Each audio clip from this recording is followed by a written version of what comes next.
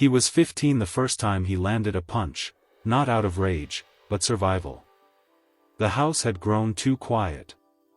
That kind of silence, the kind that came before the storm, always meant the stepfather had been drinking. And when the door creaked open, the boy braced himself. But this time, he didn't curl up. He swung. And then ran. At school, no one asked about the bruises. Not even the teachers.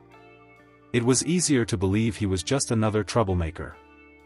He started skipping classes, spending time in parks, drifting. He didn't want to go home. But he had nowhere else to go. It was a teacher, a tired, no-nonsense man, who took him aside one day and handed him a flyer for a boxing gym. "You've got too much fire in you," he said. "Find a way to use it, or it'll burn you down." The gym smelled of sweat and old leather. The coach didn't smile. He didn't ask questions. He just pointed to a broom.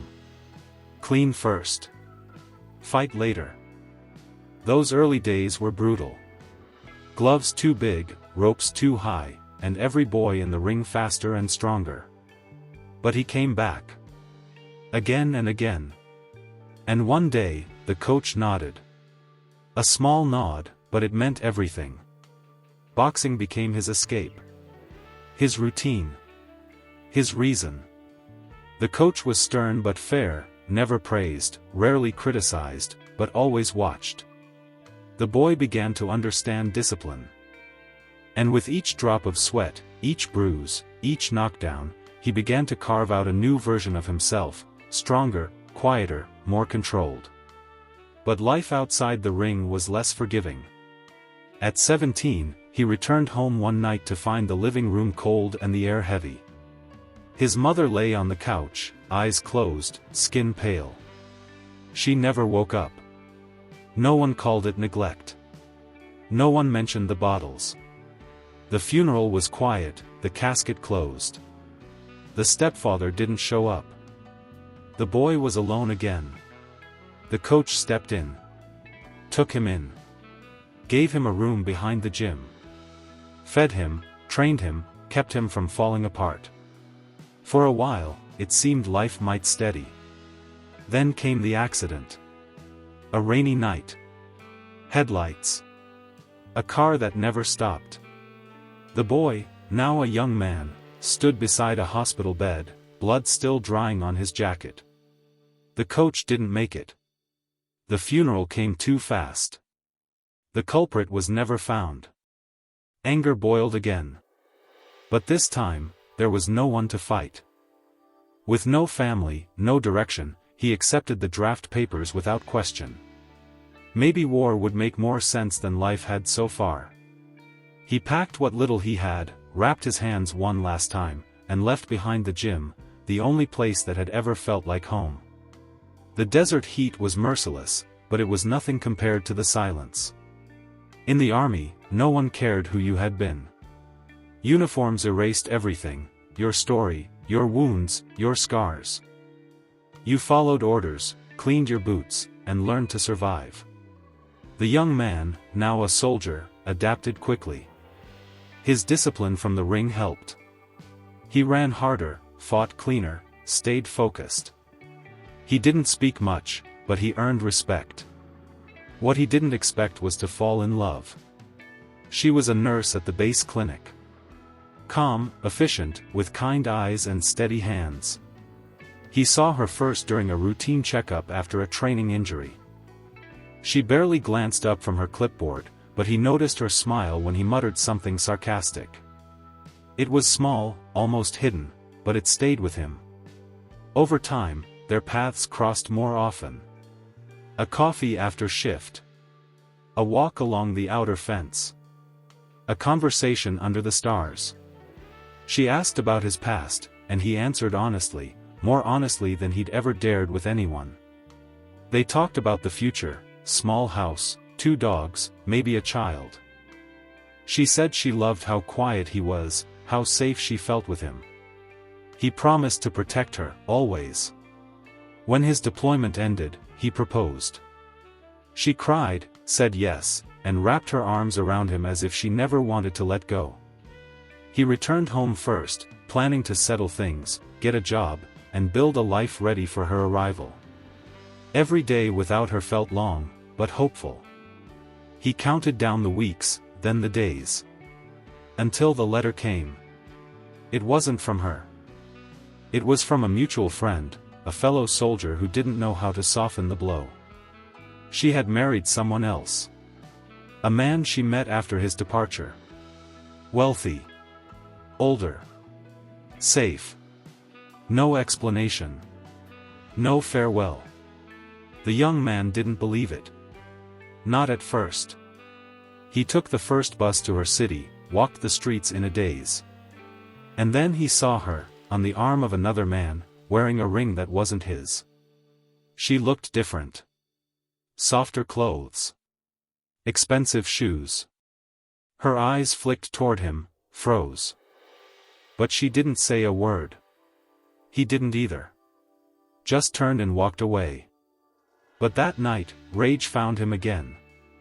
In a bar near the city center, the other man, perhaps warned, perhaps just arrogant, approached. Words were said. Accusations. Smirks. And then, a shove. The soldier snapped. By the time it ended, the man was on the floor, bleeding, his jaw broken. Witnesses were everywhere. Cameras too. It wasn't self-defense. It was vengeance. The trial was swift. No prior convictions helped. A military record helped. But the damage was done. He was sentenced. Prison was different from war. Quieter. Darker. More dangerous in its silence. But he kept his head down. Trained in his cell. Protected the weak. Endured the rest. He counted the years. Regretted the moment. Mourned the life he could have had. But when the gates finally opened again, he didn't look back. The world had moved on. So would he. Freedom wasn't what he expected. The air outside the prison walls was clean, but the looks people gave him weren't. His clothes were secondhand, his papers stamped, his resume ignored. Doors stayed closed. Calls weren't returned. He slept in cheap hostels at first, but even those grew tired of him. Too quiet. Too serious. Too much of a past. One afternoon, walking with nowhere to go, he saw a handwritten sign in the window of an old wooden house. Room for rent. No references needed. Just be decent. He knocked. The woman who answered looked to be in her 70s. Thin frame, white hair in a loose bun, sharp eyes behind thick glasses. She studied him for a long moment. He waited, ready for another rejection. But she only said, "You'll shovel the walk in winter, fix the leak in the kitchen, and take out the trash. We'll call it even. Deal?" He nodded. The room was small, but warm. A real bed. A window. A lock that clicked from the inside. He sat on the edge and exhaled for the first time in weeks. The next morning, he fixed the leaky pipe without being asked. The woman raised an eyebrow but said nothing. Over time, they formed a quiet rhythm.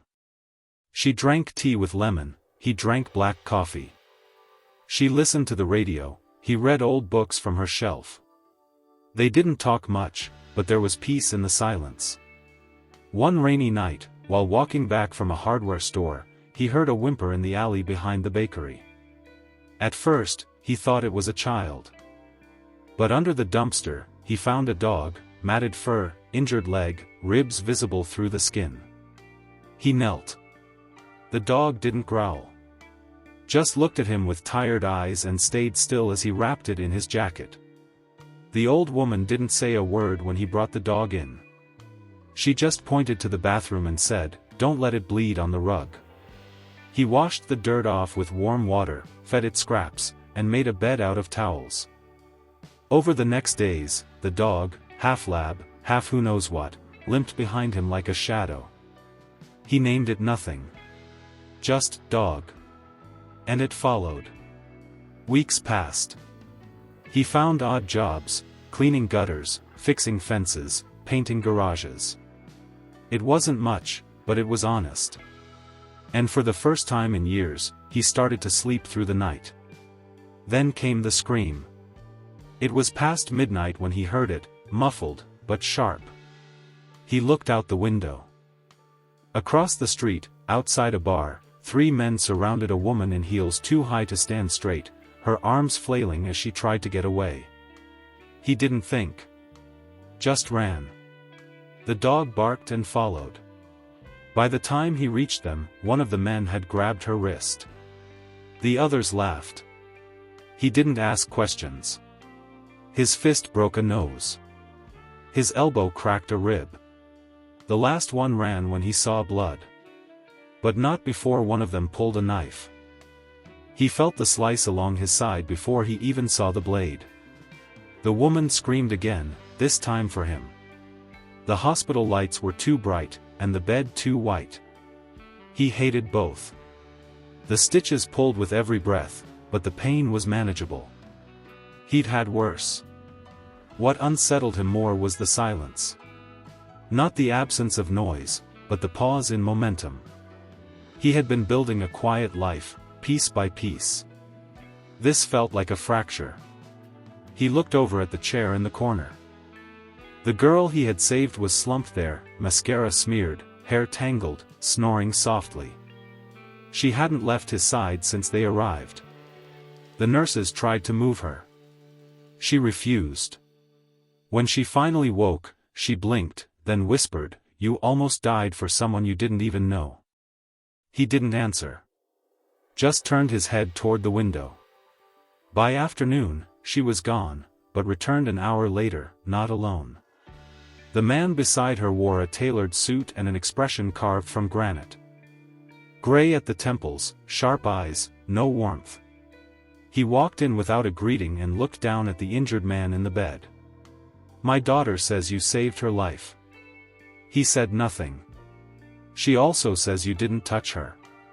Didn't ask for anything. Just stepped in, got hurt, and walked away." Still silence. The older man folded his hands behind his back. "I don't believe in favors without reason.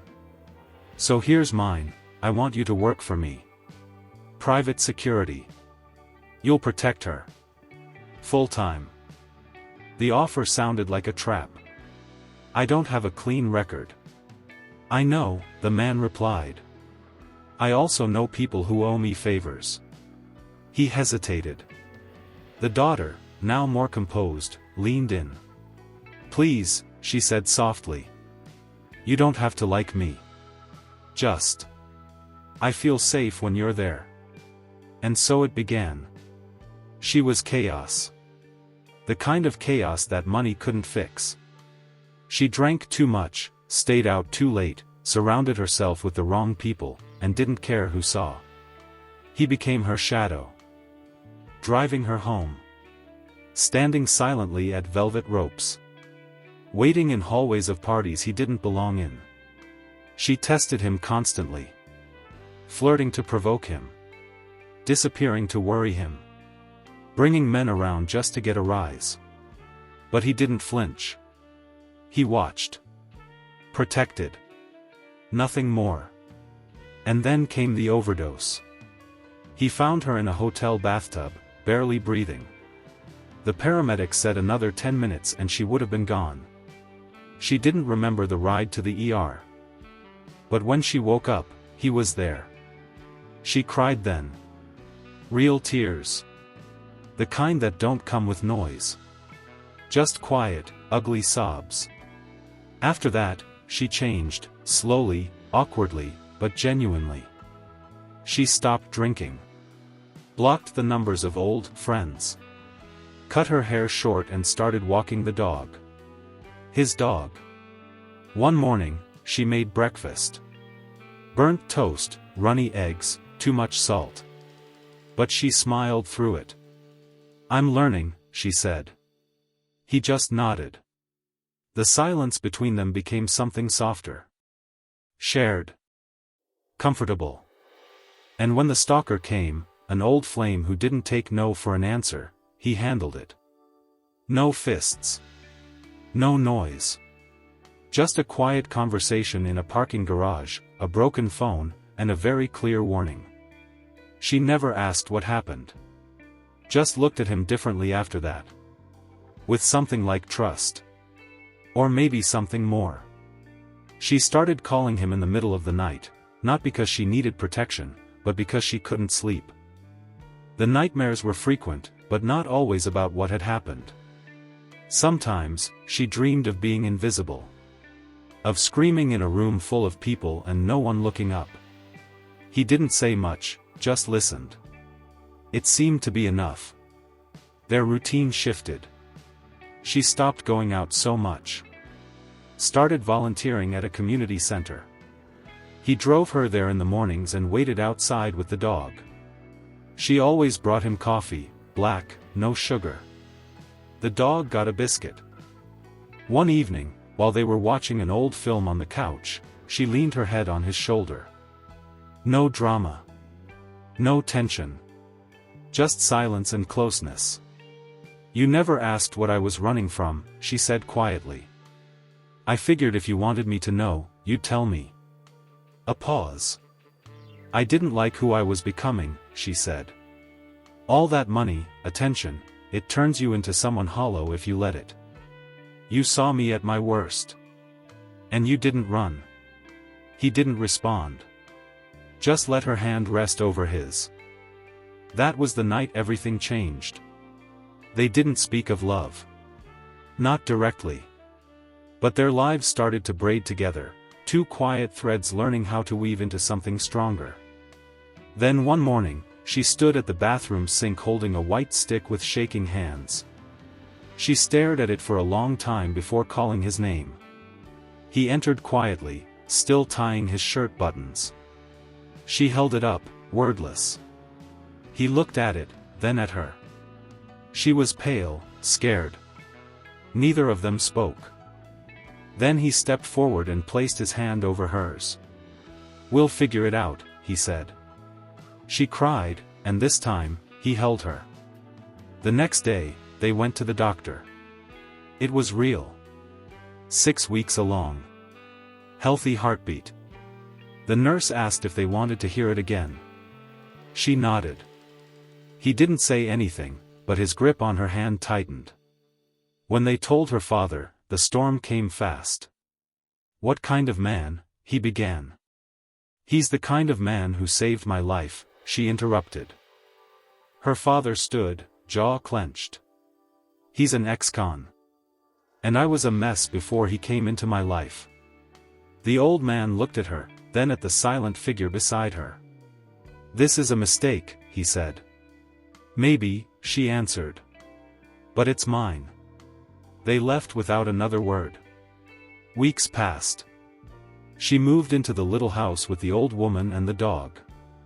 They cleaned out the spare room. Painted it soft green. Bought a second-hand crib and laughed about assembling it wrong 3 times. Then, one evening, her father arrived. No call. No warning. Just stood in the doorway with a folded envelope in hand. She opened it. Inside was a check, a letter, and an ultrasound photo, hers, from years ago. I wasn't a good father, he said. But maybe I can try to be a better grandfather. She cried. This time, they both hugged her. And the man who had once walked the world alone felt, for the first time, like he was part of something that would last. They married quietly. No grand venue, no crowd. Just a civil ceremony at a modest office, 2 rings from a small-town jeweler, and a handful of people who mattered. The old woman signed as witness. Her father stood stiffly by her side, still awkward with emotions but present. Afterward, they returned to the house and shared a homemade meal.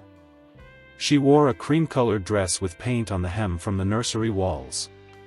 He wore a suit that didn't quite fit his broad frame. But the smiles were real. The peace was earned.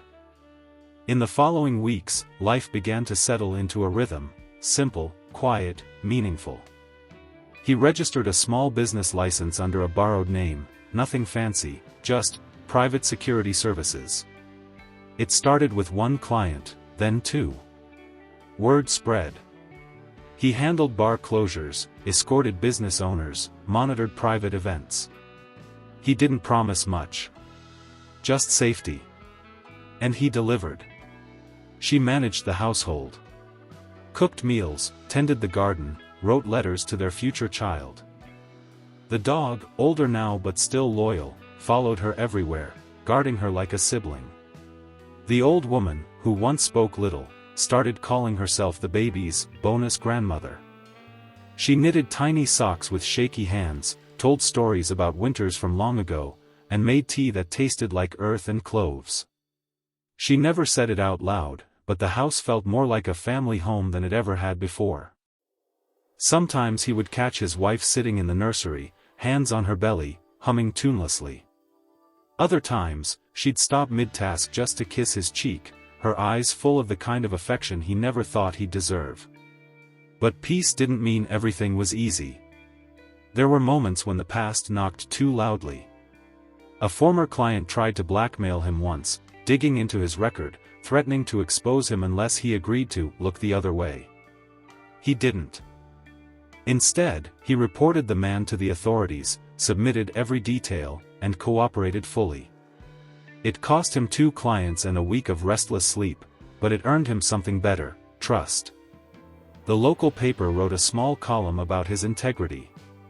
His business gained new clients, this time better ones, quiet families, cautious landlords, small shops.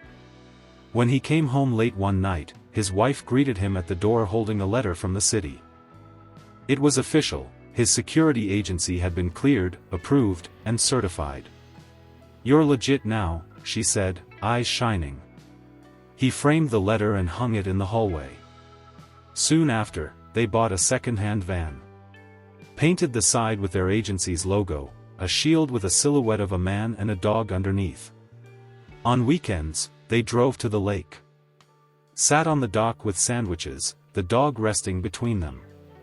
They spoke about names. What kind of parent they wanted to be. What kind of world they hoped their child would grow up in. It wasn't the life he had imagined as a boy. It was better. Because it was real. Built with scars and second chances. With nights spent staring at the ceiling wondering if he'd ever matter. With mornings where coffee and silence meant everything was okay. And for the first time in his life, he believed the worst was behind him. But life, always unpredictable, had one more turn waiting just beyond the horizon. It was a Tuesday when the knock came. The dog barked first. Not with fear, but with recognition. Low, unsure, as if trying to place a scent from years ago. He opened the door slowly. The man standing there wore a leather jacket that hadn't aged well. His eyes were restless. His smile was fake. And the scar on his cheek, that was real. They had known each other once. Before the army. Before prison. Back when life was fists and flame, and survival came before dignity. The man had been part of that world. A ghost from the days he'd buried. "Long time," the man said. He didn't invite him in. "I heard you got clean," the man continued. "Nice house. Wife. Kid on the way. Makes me wonder if redemption really works. What do you want? Work? Or a favor? Or just a warm place to sit for a minute? Depends how generous you're feeling." He shook his head. "We're not the same people anymore." The man smirked. "That's what they all say, right before they remember who they used to be." The door shut hard. But the shadow lingered. That night, he told his wife. Everything. Who the man was. What they'd done. What he used to be. She didn't flinch. "You're not that man anymore," she said simply. Still, The visit gnawed at him. He hadn't felt fear like that in years, not fear of violence, but fear of the past pulling him back like quicksand. Days passed. Then one night, his van was broken into. Papers gone. Tools scattered. Nothing valuable taken, but everything ransacked. He filed a report. Quietly installed new locks. Kept his thoughts to himself. 2 days later, the man returned. This time, he was waiting outside the community center where his wife volunteered. The dog growled. She called him immediately. He arrived within minutes. Walked straight up to the man and didn't stop until they were face to face. "You're following my wife?" "Easy," the man said. "Didn't touch her. Just watching. Like you used to do for me, remember? You're not welcome here. Not near me. Not near her. She's pretty. Got a glow. Pregnancy suits her." That was the last straw. He didn't hit him. Not like before. Not like prison taught him. He just took a photo, called the police, and pressed charges: harassment, trespassing, threats.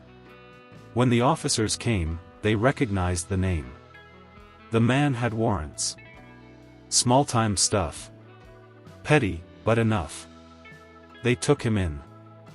Before getting into the car, the man leaned close and whispered, "You think the world forgot what you were? The only thing different now is the suit."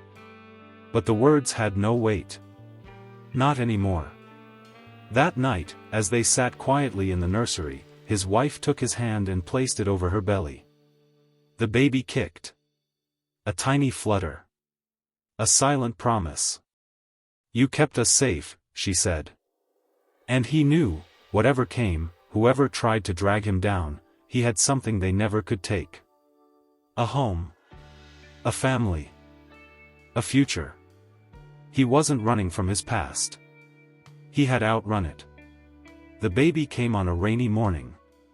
Not in a rush, just steadily, stubbornly, like her mother. He held her hand through every breath, every cry, every push. When the baby let out her first scream, something in him shattered, and rebuilt all at once. They named her after no one. A clean slate. A soft name for a strong girl. The old woman cried when she held her. The dog sniffed her blanket and curled up beside the crib as if he had a new job. Her father, stiff and awkward as ever, brought over a hand-carved cradle, one he'd spent weeks building in his garage without telling anyone. Their home shifted.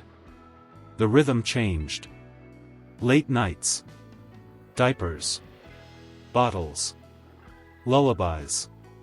He rocked her to sleep on his chest while his wife dozed on the couch. He sang old songs from his childhood, badly, off-key, but soft enough that the baby didn't seem to mind. The agency grew slowly. Carefully. He trained 2 new employees, both veterans looking for a second chance. Men like him. He didn't advertise. Just worked quietly, built a reputation. No show, no suits. Just protection people could count on. And through it all, his past stayed where it belonged, in the rearview. One afternoon, years later, he passed by the old gym.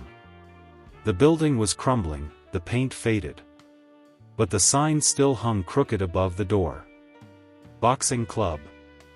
He stood there for a long time. The coach's voice echoed in his memory, "You've got too much fire.